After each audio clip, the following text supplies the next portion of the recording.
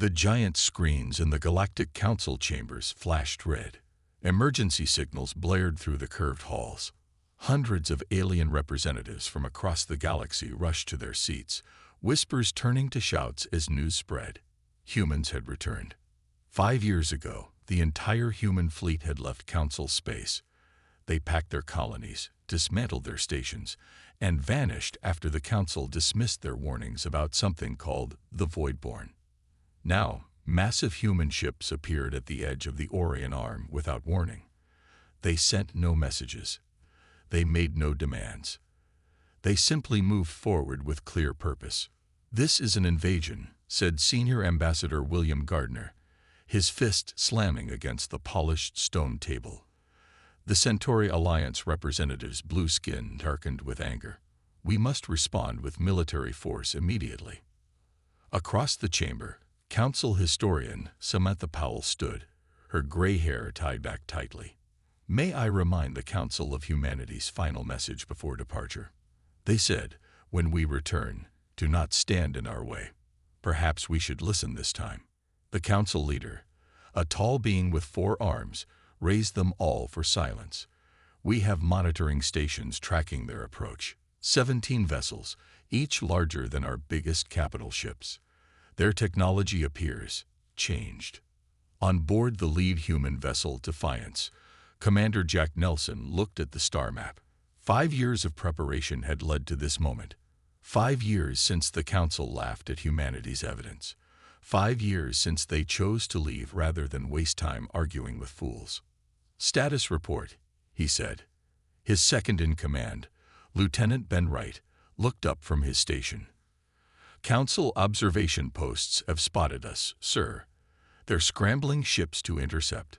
Nothing that can match our capabilities." Jack nodded. "Stay on course. Engage defense systems, but hold weapons. We avoid conflict if possible." He paused, then added more quietly, "But if they fire first, eliminate the threat. We can't afford delays." The ship hummed with energy unlike anything known to Council science. Dark matter engines, gravity manipulation fields, quantum shielding. Humanity hadn't just been hiding. They had been building. At the edge of human-controlled space, the small monitoring station Outpost 47 was the first to get close visual contact. The lone Council officer assigned there, Keith Johnson, had taken the post as punishment for supporting human theories years ago. Now he stared at his screen in awe. The human ships weren't just big. They were different. Strange patterns covered their hulls, absorbing scanner beams. Energy signatures pulsed in ways that defied standard physics. And most concerning to the Council races, they were headed directly to Earth. Keith sent his report, knowing it would cause panic. But as he watched the fleet pass by his station without slowing, he also sent a personal message to an old friend in the human command. "They should have listened to you." In emergency Council session, debate turned heated. The Arcturian delegation demanded immediate military response. The Lyrans suggested diplomacy. The ancient Vordan representative simply laughed, a wheezing sound like dying machinery. "You fear them now," the Vordan said, "because you know they were right." Council security feeds showed humans making steady progress through formerly Council-controlled space. When a patrol ship approached too close, a human vessel simply projected an energy field that disabled the patrol without firing weapons. The message was clear. They could fight, but chose not to waste the effort. Jack Nelson stood on the bridge of the Defiance, watching stars streak past viewports.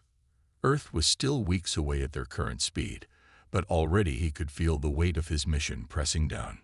"Sir," Ben called from his station, "we're receiving transmissions from several outer colonies. Some Council races want to talk." Jack nodded. "Screen them carefully. We know who our allies were. We also know who laughed when we tried to warn them."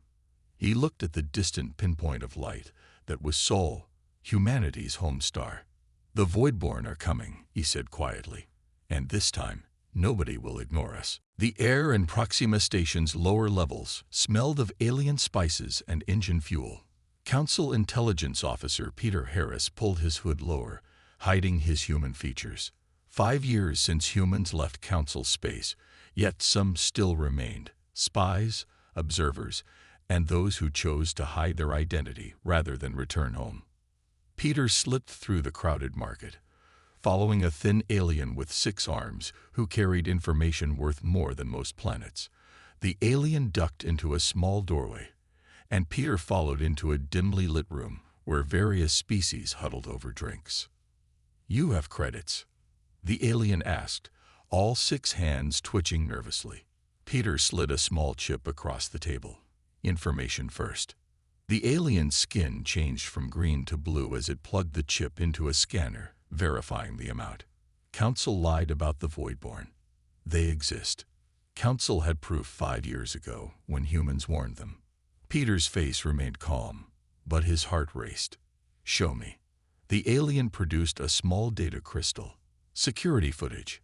High Council meeting. Day humans presented evidence. The footage played in Peter's vision through his implanted lens. It showed a secret council session after the public dismissal of human warnings. The High Councilors admitting the evidence was compelling but deciding to suppress it to maintain political control. "Why release this now?" Peter asked. The alien's color darkened. Voidborn signs appearing again, just like humans said they would. Miles away at Border Outpost 9, Ambassador Susan Wright received the same information through different channels. Her office secure line blinked with an encrypted message from a Lyran scientist she had helped years ago. "Data attached proves Council knew truth. Suppressed human warnings deliberately. Multiple Council species detected Voidborn signals last month in sectors humans predicted. Regional Director Hayes leading cover-up."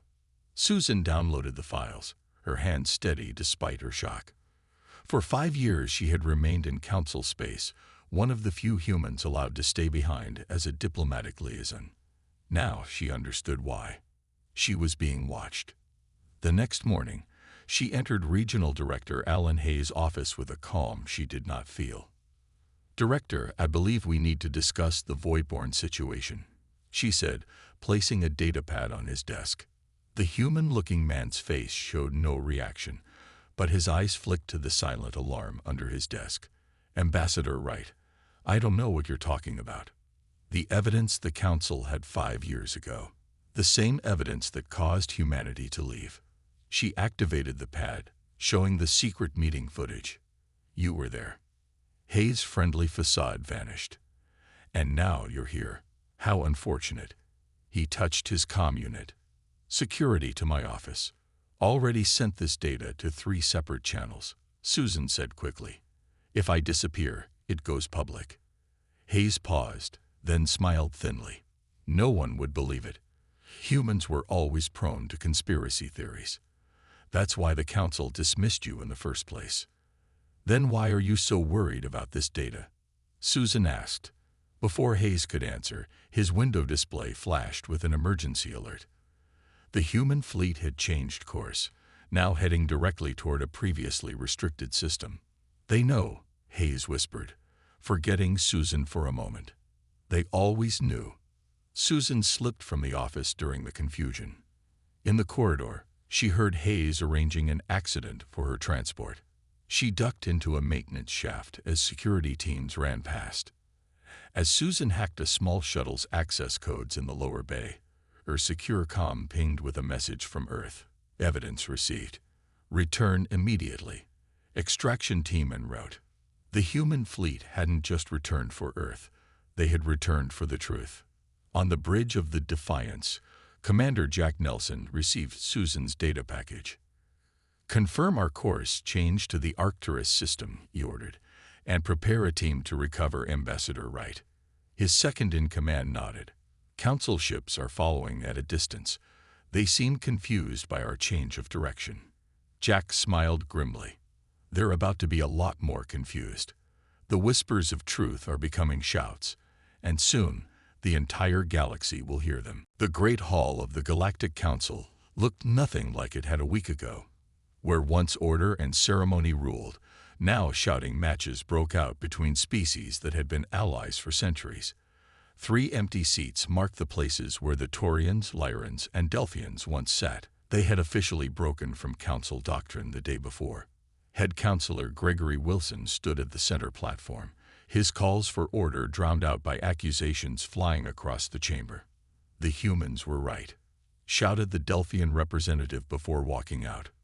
"We have seen their evidence. We send our ships to join them." The powerful Arcturian ambassador Frank Collins slammed his metal-covered fist on his console. "This is treason against galactic security. Any species supporting humans should be considered enemies of the Council." More arguments erupted. The Milky Way galaxy was splitting into factions. Some believed humans, some feared them, some simply wanted to save themselves. In orbit around the gas giant, Juno 7, Captain Laura Mitchell of the human vessel, Resilience, welcomed visitors she never expected to receive in friendly terms. Representatives from the Taurians, Lyrans, and Delphians floated through the ship's gravity-controlled corridors, their eyes wide at human technology that had advanced decades in just 5 years. "We believed you," said the Taurian envoy, his bovine features solemn. "Some of us always did, but the Council silenced our scientists." Laura nodded, leading them to a secure briefing room. "We appreciate your support now. It may not be too late." The wall screens activated, showing partial evidence of the Voidborn, ancient structures discovered beyond the galactic rim, now emitting energy signatures identical to those humans had detected 5 years earlier. "These structures are waking up," Laura explained in simple terms. "They've been dormant for millions of years. We found references to them in archaeological sites across 27 worlds." The Lyran scientist leaned forward, her feathered crest rising in alarm. "How long do we have?" "Months, not years," Laura said. "The human fleet isn't just returning to Earth. We're preparing for a war unlike anything this galaxy has seen." Back in the council chambers, the vote of no confidence against head counselor Wilson finished with a result that surprised no one. He was removed from power by a narrow margin. As he gathered his belongings, his private communicator buzzed with a message from Ambassador Collins. "Meet me in Secure Room 3, it read. "Bring no one." The two men faced each other in the small, scanner-proof room minutes later. "This is your fault," Collins said, his armored exoskeleton whirring as he paced. "You let this information leak." Wilson shook his head. It was inevitable. The human ambassador Wright escaped with proof. Now 3 major species have left the Council. "And more will follow," Collins growled. "Unless we take action. My fleet stands ready. We can intercept the human ships before they reach their destination." Wilson looked shocked. "You're talking about starting a war." "I'm talking about ending a threat," Collins said. "Humans were primitive 10 years ago. Now look at their technology. If they truly built all this to fight some mythical Voidborn, imagine what they could do to us." On the bridge of the Defiance, Commander Jack Nelson received word that a Council military fleet was mobilizing under Arcturian command. "They're scared," his communications officer said. "The Council is falling apart." Jack nodded. "Fear makes some people wise and others dangerous. Inform Captain Mitchell to complete diplomatic talks with our new allies. We'll need their star charts for what comes next." The human fleet continued its steady advance, now accompanied by ships from 3 former Council species. Their combined force moved toward an asteroid field where, according to ancient texts, a key to understanding the Voidborn waited. "The Council divides," Jack said, looking at the tactical display showing Arcturian warships on an intercept course. "Just as we predicted. But they won't stop what's coming. No one can." The asteroid field looked ordinary from a distance. Countless rocks tumbled slowly through the emptiness of space, 30 light-years from Earth. Nothing about it suggested importance. Nothing hinted at secrets. But human ships approached it with purpose. Dr. Nathan Cooper checked his equipment one last time before boarding the small mining vessel. His team of 6 specialists looked tense but ready. They had trained for this moment for 3 years. "Remember," Nathan said as they prepared to launch, The artifact is extremely old. Handle it with care, but work quickly. We don't know how much time we have before company arrives. The mining ship detached from the Defiance and moved carefully into the asteroid field. Their scans had already identified the exact rock they needed, a dark, misshapen mass near the center of the field. From a hidden observation point 5,000 kilometers away, Council spy drones recorded everything. The officers watching the feed looked confused. Why would humans come all this way for a random asteroid? One asked. His commander had no answer, but he sent the feed directly to the approaching Arcturian warships. Nathan's team landed on the asteroid's surface. Special drilling equipment cut through the rock with incredible speed. 3 hours later, they found what they were looking for. "We've reached it," Nathan reported back to the Defiance. "The outer shell is intact. Hidden beneath meters of rock was a crystalline structure the size of a small building. It glowed with faint blue light that pulsed in an unnatural rhythm." Nathan's team carefully attached lifting devices to the structure. "Artifacts secured. Beginning extraction," he reported. That's when the Council warships appeared. 5 vessels dropped out of faster-than-light travel, their weapons systems powering up immediately. "Human vessels," came the transmission. "This is Captain Paul Rogers of the Council Security Force. Stop your activities immediately and prepare to be boarded." On the bridge of the Defiance, Commander Jack Nelson remained calm. "Continue the extraction," he ordered. "Lieutenant Foster, activate Defense System Alpha." Lieutenant Amanda Foster nodded and pressed her palm against a scanner. A new type of energy field expanded from the human ships. It wasn't a weapon or a shield. It was something entirely different. On the bridge of his warship, Captain Rogers watched in confusion as his vessel suddenly stopped responding. His engines still ran. His systems still functioned. But nothing would move. "What's happening?" he demanded. His science officer looked up from her console, face pale. "They've created some kind of gravimetric distortion. We're frozen in place." Outside, all 5 Council warships hung motionless. They could communicate. They could scan. But they couldn't move. "Fire weapons," Rogers ordered. "Weapons are operational, but targeting systems can't lock," his tactical officer reported. "It's like trying to aim in a hurricane." Through the main viewport, Rogers watched as humans simply continued their work. They treated the Council's most advanced warships like irrelevant obstacles, not even worth destroying. Back on the asteroid, Nathan's team finished extracting the crystal structure. The massive artifact lifted smoothly from its ancient resting place, guided toward the human ships. "Be careful with the gravitational fields," Nathan warned as they maneuvered.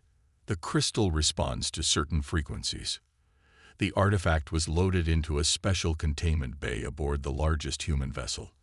As soon as it was secure, the human fleet prepared to depart. On his immobilized ship, Captain Rogers received a simple message from the Defiance. "We have what we came for. Your ships will regain mobility in 1 hour. Do not follow us." The human fleet vanished into faster-than-light travel, leaving the Council vessels drifting helplessly. "What did we just witness?" Rogers' first officer asked quietly. Rogers had no answer.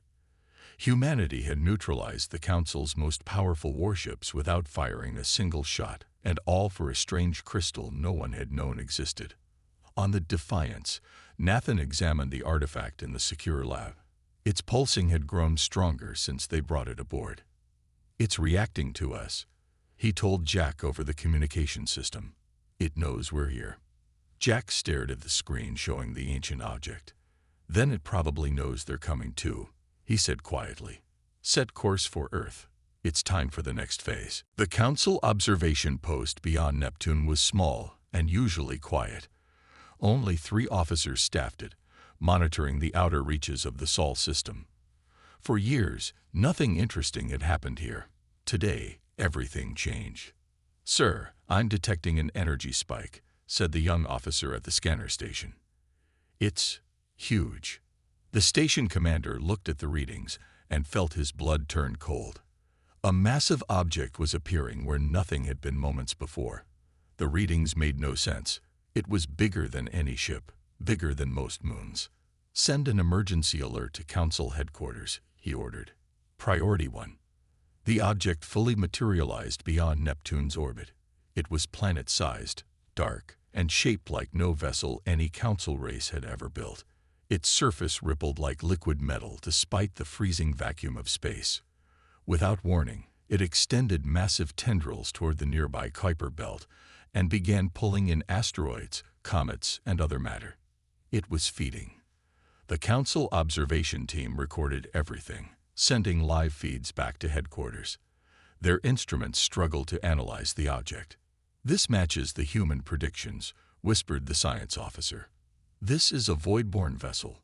On Earth, now surrounded by a massive defensive shield grid built during humanity's absence, Director Olivia Martin stood in the Planetary Defense Center deep beneath the North American continent. Screens showed the Voidborn arrival exactly where human scientists had calculated it would appear. "Activate the full defense network," she ordered calmly, "and prepare the crystal artifact for integration." Technicians moved with practiced efficiency. The crystal structure recovered from the asteroid field had been transported to Earth and placed in a specially designed chamber at the center of the defense grid. Now, as power flowed into it, the crystal's pulsing blue light grew stronger. "Artifact is responding," reported the lead technician.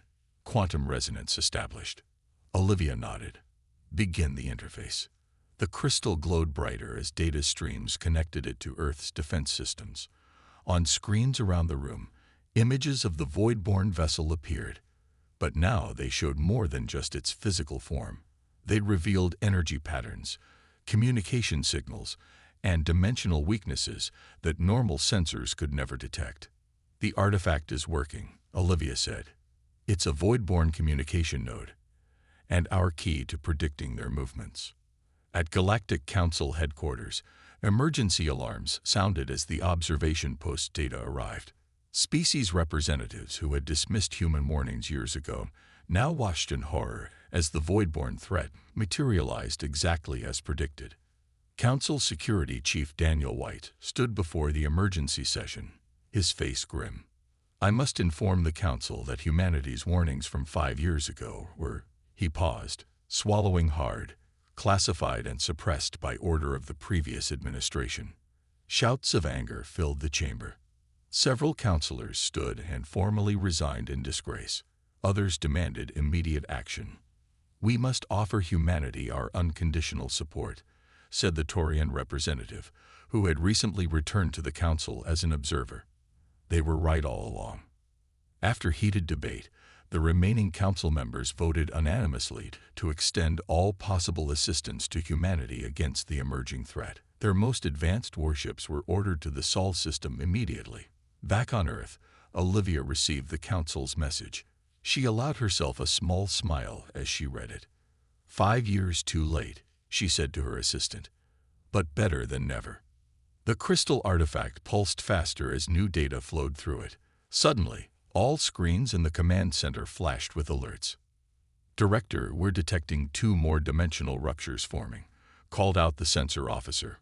"More Voidborn vessels are coming through."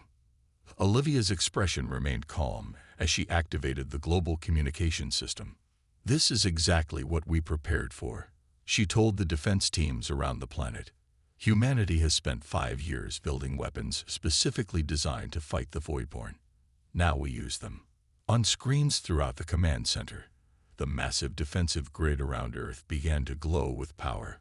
Orbital platforms shifted into attack positions, and deep beneath the surface, the crystal artifact, the communication node of their enemy, became humanity's greatest weapon against its creators. The true war was about to begin. The red planet Mars, once barren and quiet, now buzzed with activity. Human structures covered large portions of its surface. Ships from 37 different alien species orbited above, their designs as varied as their homeworlds. In the main dome of the Joint Command Center, Admiral Eric Johnson stood before representatives from across the galaxy. "We welcome your assistance," he said, his voice firm but not unkind. "Earth has accepted the Council's offer of support. Now we must work together if any of us are to survive." The aliens looked uncomfortable. Many had spent careers looking down on humans as primitive newcomers to galactic politics. Now they sat in a human facility, following human leadership, facing a threat humans had warned them about years ago. "Our warships are at your disposal," said the Arcturian commander, once the most vocal opponent of humanity. "We bring 200 vessels, including our finest dreadnoughts." Eric nodded. "Your ships will join the outer defense perimeter. Follow the protocols exactly as provided." Around the command center, humans calmly directed operations. They showed no panic, no fear, just practiced efficiency. Screens displayed the Voidborn vessels consuming material from the Kuiper Belt, growing larger with each passing hour. "They've known this was coming," whispered one alien representative to another. "For how long?" In the Technology Integration Lab below the Martian surface, Council scientist Dr. Linda Campbell worked alongside human engineer Kevin Scott. Their task was to connect alien weapons systems to human defense platforms. "This adapter will allow your energy cannons to synchronize with our targeting network," Kevin explained, showing her a simple-looking device. Linda examined it closely. "This is designed to specifically counter Voidborn biology," she said, surprised. "The molecular resonance patterns. This couldn't be designed without prior knowledge of their cellular structure." Kevin's hands paused over his work. He looked at her for a long moment, then nodded. "You're right," he said quietly. "This isn't humanity's first encounter with the Voidborn." Linda stared at him. "But that's impossible. All Council records show they've been dormant for millions of years." "They visited Earth during the last ice age," Kevin said, returning to his work. "Certain human bloodlines carry genetic memory of the encounter. Your Council dismissed these as primitive mythology when we presented the evidence." Linda struggled to process this information. "You mean humans have been preparing for their return for thousands of years?" "Not actively," Kevin replied. "But the knowledge remained in our stories, our art. When we discovered advanced space travel and found traces of them in other systems, we recognized the threat immediately." On the bridge of the Galactic Dawn, the Council's most powerful dreadnought, Captain Mary Lewis greeted the alien crew as they prepared to join Earth's defense force. "Your ship will provide support to Sector 7, she informed the Lyran commander. "Follow these coordinates exactly." The Lyran looked at the tactical display.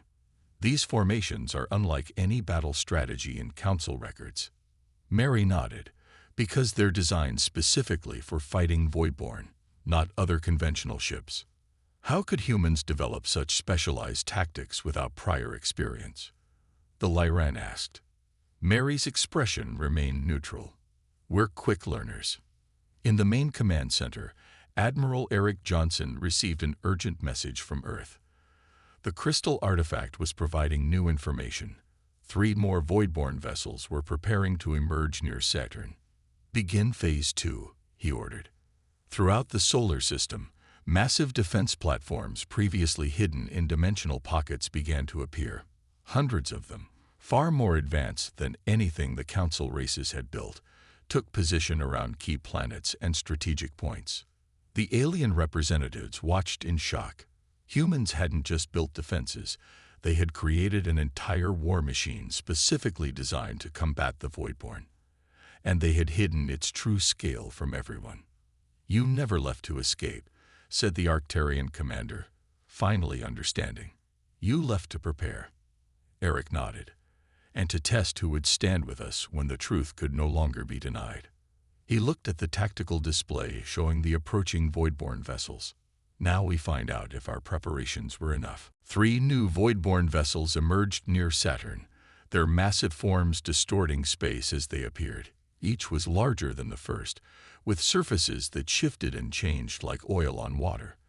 They moved with strange grace for objects so large, their tentacle-like extensions reaching toward Saturn's rings.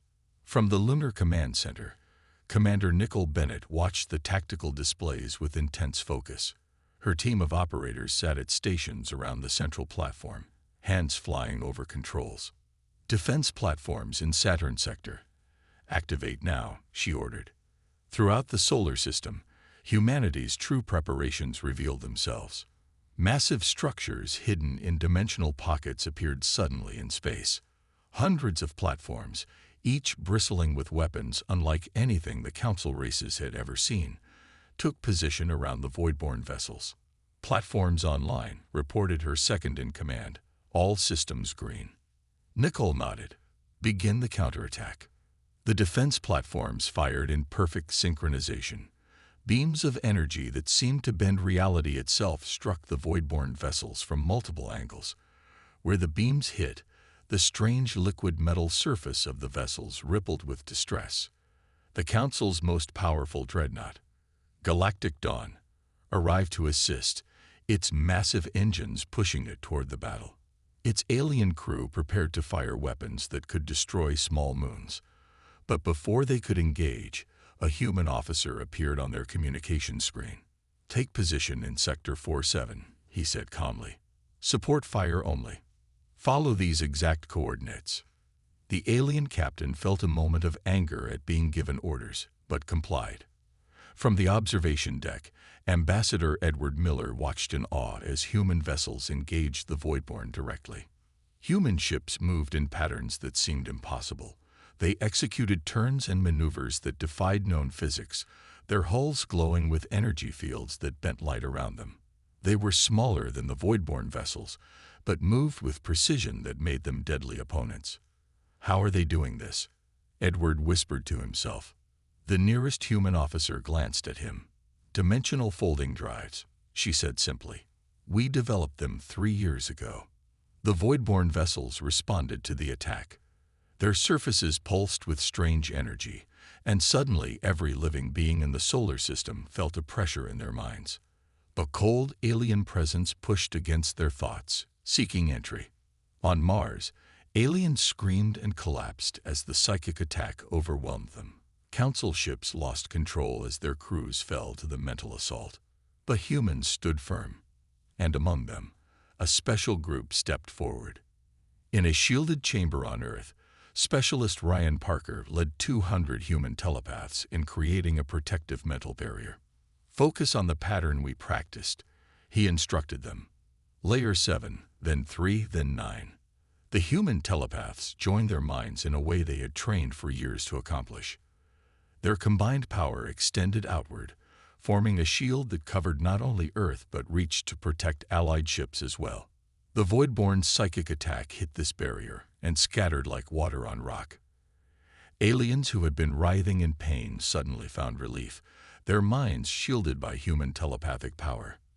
"The humans have telepaths," gasped a council scientist on the Galactic Dawn. "Powerful ones. They'd been hiding this ability." Ambassador Edward Miller watched as human ships continued their coordinated attack on the Voidborn vessels. One of the massive alien entities shuddered as targeted fire disrupted its structure. Parts of it began to break apart, dissolving into space. "We're winning," he said in disbelief. The human officer beside him looked grim. "This is just the first wave," she said. "Their main force is still coming." In the Lunar Command Center, Nicole received a priority message from Earth. Director Olivia Martin's face appeared on her screen. "Prepare for Phase 3, Olivia said. "The artifact is fully charged. We're ready to open the gateway." Nicole nodded. "Understood. Moving fleet to containment positions." She looked at the tactical display, showing the solar system. Human ships were pulling back in a coordinated pattern, drawing the Voidborn vessels toward a specific point in space. "They're taking the bait," she said quietly. "The trap is ready." The crystal artifact at Earth's Defense Center glowed with blinding intensity. Engineers worked around it, their faces serious as they monitored energy levels. Engineer Michelle Warren stood at the main control panel, her hands steady despite the importance of her task. "Gateway systems at full power," she reported. "Ready to activate on your command." In a viewing chamber above the artifact room, Council representatives from 12 major species watched in confusion. None of them understood what humans were about to do. "What is this gateway?" asked the Arcturian representative. Michelle looked up at the aliens and permitted herself a small smile. 5 years ago, when we left Council space, everyone thought we were running away, she explained. But we weren't running. We were preparing a trap. On screens around the room, the battle near Saturn continued. Human ships moved in complex patterns, drawing the Voidborn vessels toward a specific point in space. The crystal artifact pulsed in time with these movements, its energy connecting to something beyond normal space. The Voidborn exist partly in our dimension and partly in others, Michelle continued. This crystal is part of their communication network. We've reprogrammed it to create a gateway to a pocket dimension humans have spent 5 years constructing. The alien representatives stared at her in shock. The scope of humanity's plan was finally becoming clear. You built an entire dimension. The Taurian scientist asked in disbelief. Michelle nodded. Not built, engineered. A prison designed specifically to contain the Voidborn. In space, the 4 Voidborn vessels suddenly changed behavior. Their movements became more frantic as they sensed the artifact's activation. They tried to retreat, but human ships had positioned themselves perfectly, herding the massive entities toward the trap point. From the command ship Defiance, Commander Brian Taylor watched the final phase unfold. Everything humanity had worked for came down to this moment. All ships maintain position, he ordered. Dimensional gateway opening in 3, 2, 1. Near Earth, space itself tore open. A massive portal formed, its edges rippling with strange energies. Beyond it wasn't stars or planets, but a swirling vortex of carefully calibrated quantum fields, a pocket dimension designed by human scientists. The artifact on Earth pulsed one final time, sending a signal across space. The Voidborn vessels froze, then began to be pulled toward the gateway. Their massive forms struggled against the pull, but the attraction was irresistible. Their own communication technology turned against them. The trap is working, Brian said quietly. They're being drawn in. One by one, the massive Voidborn vessels were pulled into the gateway. Their alien forms distorted as they passed through, compressed and contained by fields specifically designed to imprison them. As the last Voidborn entity entered the portal, Brian gave the final command. Seal the breach. Michelle activated the closing sequence. The gateway's edges began to contract, the opening shrinking until it finally closed with a flash of light. Where a tear in space had been moments before, now only empty stars remained. In the Council observation chamber, the alien representatives stood in stunned silence. Humans hadn't just defeated the Voidborn. They had captured them in a prison of their own making. 3 days later, in the newly reformed Council chambers, Earth's President Carol Barnes stood before representatives of all galactic species. The room was silent as Council Head Administrator Jason Hill formally addressed her. On behalf of the Galactic Council and all member species, he said, his voice solemn, I offer our deepest apologies to humanity. We failed to heed your warnings. We dismissed your evidence. We mocked your concerns. Carol looked at him steadily. And now? Now we understand, Jason replied. We ask humanity to rejoin the Council, not as junior members, but as equals, perhaps even as leaders. Carol nodded once. We accept your apology, she said simply, and we have just one request for the future. Anything, Jason promised. Next time, listen when we warn you, Carol said, her words echoing through the chamber. Humans don't walk away from fights. We walk away to prepare for them. The chamber erupted in applause as human representatives took their seats in the Council. Aliens watched them with new eyes, no longer seeing primitives, but a species that had saved the galaxy through foresight, determination, and courage. As Ambassador Lisa Morris settled into her new council seat, she smiled slightly at the nervous glances from aliens around her.